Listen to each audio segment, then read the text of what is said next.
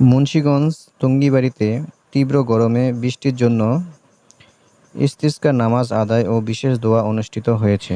তীব্র তাপ থেকে পরিত্রাণ ও বৃষ্টির জন্য আল্লাহর কাছে ক্ষমা চেয়ে ইস্তিসকার নামাজ আদায় করেছেন ধর্মপ্রাণ মুসল্লিরা। শনিবার সকাল ১০টার দিকে উপজেলার হাসাইল কেন্দ্রীয় জামে মসজিদ মাঠে এই নামাজ ও দোয়া অনুষ্ঠিত হয়। নামাজ ও দোয়া পরিচালনা করেন হাসাইল কেন্দ্রীয় জামে মসজিদের ইমাম ও খতিব হযরত মাওলানা মুফতি ইমরান বিন ইলিয়াস।